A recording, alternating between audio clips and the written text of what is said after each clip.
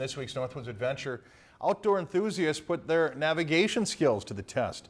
Shane Lee hits the trails at Mille Lacs Catheo State Park for the Minnesota Orienteering Club meet. In the words of Robert Frost, the woods are lovely, dark and deep.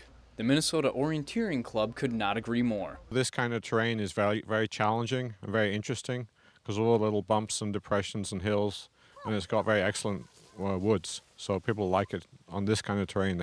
They come a long way to experience it.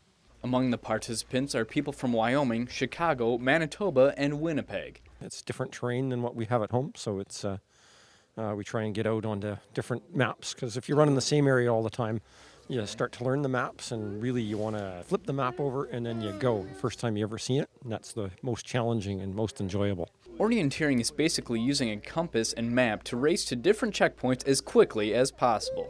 This meet consists of 6 courses of different ability levels and distance, ranging from 1.5 to 7 kilometers. Before the race, there was an instructional course for beginners, like the Park family. It's a fun, relatively easy sport, something that everyone can be involved in. You don't have to worry about little kids being too young for it. Orienteering is certainly a great way to get involved in the outdoors, but there's so much more to it than just grabbing a compass and a map and heading for the woods. Make sure that you've eaten properly the day before, the day of, depending on the distance that you're going to go. Maybe drink some water. After being nutritionally repaired, racers jog to get their heart rates up for the race. Once the contest begins, the most difficult part is maintaining contact with the map and knowing one's position.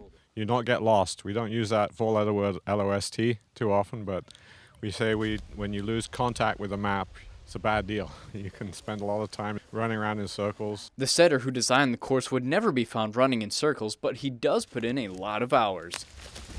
Probably about 25 to 30 hours of work out in the woods, finding control points, good control points, designing the course so that people can have a good, fun experience. Thanks to the setter, the racers can finish the poem by Robert Frost, telling themselves, "Miles to go before I sleep, and miles to go before I sleep."